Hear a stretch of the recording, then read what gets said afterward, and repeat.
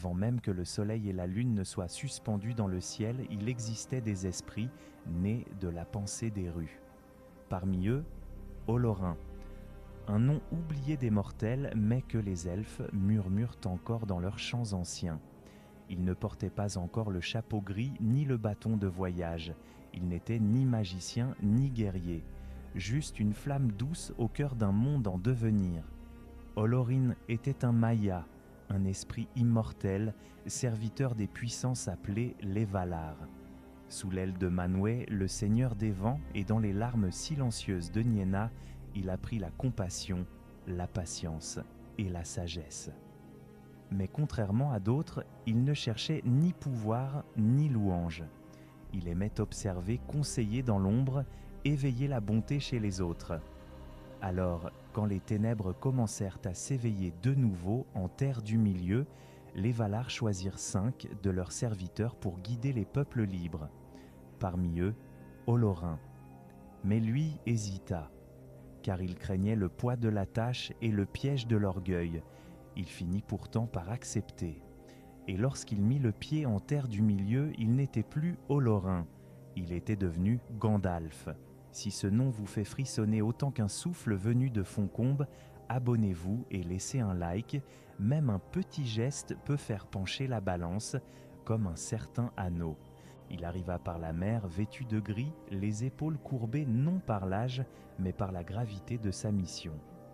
Parmi les 5 envoyés des Valar, ceux que l'on nommerait plus tard les Istari, il n'était ni le plus grand ni le plus impressionnant, pas le plus fort ni le plus érudit. Et pourtant, c'est à lui que les peuples de la Terre du Milieu allaient confier leur dernier espoir. Son premier pas sur les rivages fut accueilli par Círdan le Charpentier, un elfe ancien comme les étoiles. Et Círdan, qui perçoit ce que les autres ignorent, lut en lui une lumière cachée. Il vit que, sous l'apparence d'un vieillard au geste lent, se tenait un esprit aux racines profondes. Alors, sans un mot de plus, il lui remit Narya, l'anneau de feu, un des 3 anneaux elfiques, forgés pour inspirer courage, ranimer les cœurs et combattre le désespoir. Un anneau que même les sages hésitaient à porter. Mais Círdan savait que cet être en gris porterait bien plus que des secrets. Chez les elfes, il fut bientôt nommé Mithrandir, le pèlerin gris.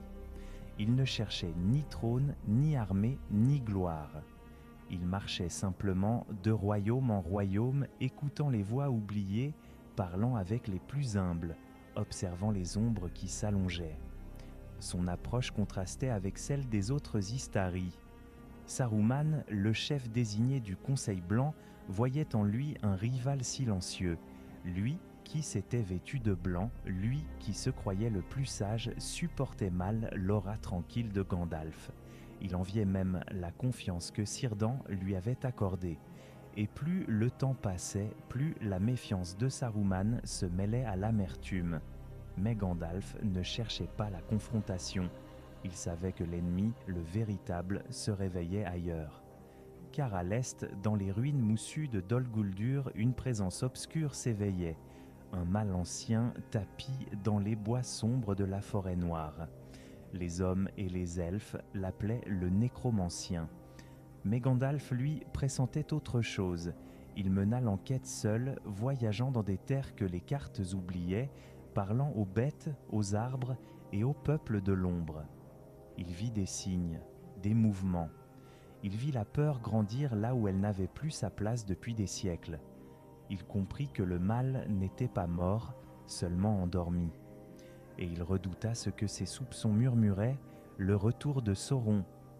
Lorsque le Conseil blanc fut formé, rassemblant les plus sages parmi les elfes et les Istari, Gandalf partagea ses doutes. Mais Saruman s'opposa à lui. Il affirma que le nécromancien n'était qu'un esprit mineur, un vestige sans menace. Il affirma surtout que l'anneau unique avait été perdu pour toujours. Gandalf n'insista pas. Pas encore. Il choisit d'attendre et d'observer. Et dans l'ombre, il continua son œuvre. Il n'était pas un chef de guerre, ni un seigneur. Il était un voyageur, un veilleur, un éclaireur. Il parlait au roi comme aux paysans, écoutait les contes et les craintes, dormait sous les étoiles ou au seuil d'un foyer. Il rallumait les braises de l'espoir là où elles s'éteignaient, et partout où il allait, il éveillait chez les autres une force insoupçonnée, car sa magie, à lui, n'était pas dans les éclairs ou les flammes, mais dans la foi qu'il inspirait. Il savait que la plus grande des puissances ne résidait pas dans le pouvoir brut, mais dans le courage d'un cœur libre. Gandalf n'attendait pas que le destin frappe à la porte. Il allait le chercher, souvent là où nul ne penserait à regarder. C'est dans un trou de hobbit, sans faste ni grandeur, qu'il posa les yeux sur une pièce du puzzle que nul n'aurait su deviner. Bilbo Bessac, paisible habitant de la comté, amateur de thé, de confort et de silence. Pourquoi lui ? Parce que Gandalf savait que ce sont les petites mains et non les grandes armées qui façonnent les tournants de l'histoire. Il voyait en Bilbo une étincelle rare, celle de la curiosité et du courage caché.